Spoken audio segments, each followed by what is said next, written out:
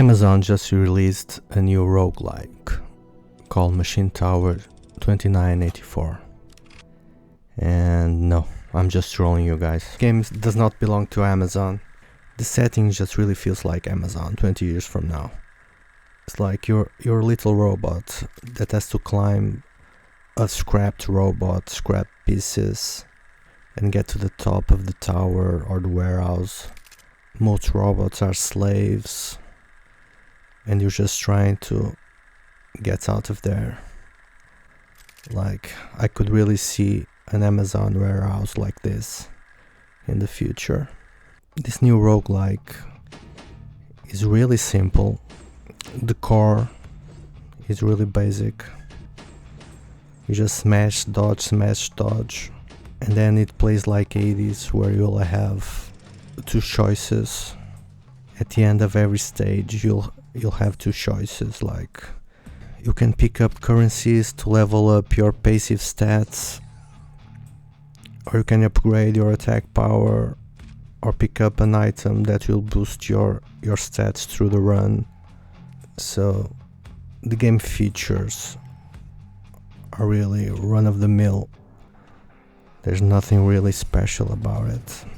However, it's surprising that the game feels so fluid and so crisp, given the size of the studio. It plays really well. I think the biggest issue is the hitbox. It can be a bit tricky sometimes. And then there's some features like paths with traps, or you clear a room of mobs and then you have to get on a platform and avoid traps. Every world stage comes with 2 mini bosses and then a final boss. And that can get a bit repetitive. I think the paths are a bit too linear. And then there's a mechanism that's a bit redundant, which is the hit meter.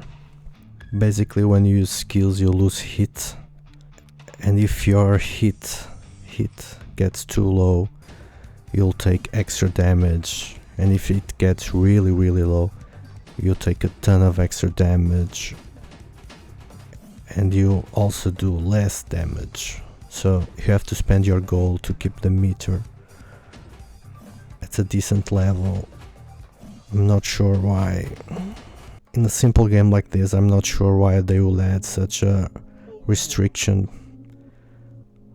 I think it would be better just to give less gold to spend on the shop than trying to create an artificial limit that makes you spend gold throughout the run. But